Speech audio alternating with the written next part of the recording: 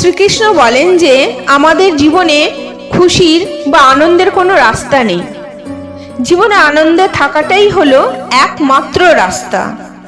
জীবনে চলার পথে প্রত্যেকটি সম্পর্ক একটি পাখির মতো হয়ে থাকে, যাকে চেপে ধরলে তার নিঃশ্বাস বন্ধ হয়ে সে মারা যাবে, আবার তাকে আলগা করে ধরলে সে সুযোগ বুঝে উড়ে যাবে।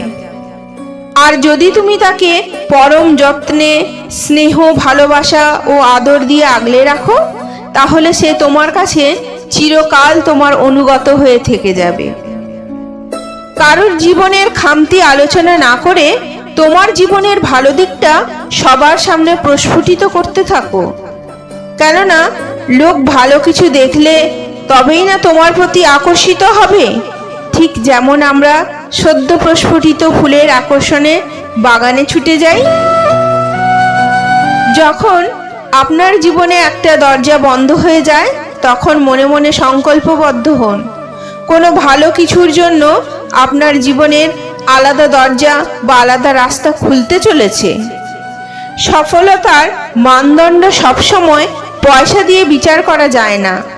মনের সন্তুষ্টিতে আসে আসল সফলতা।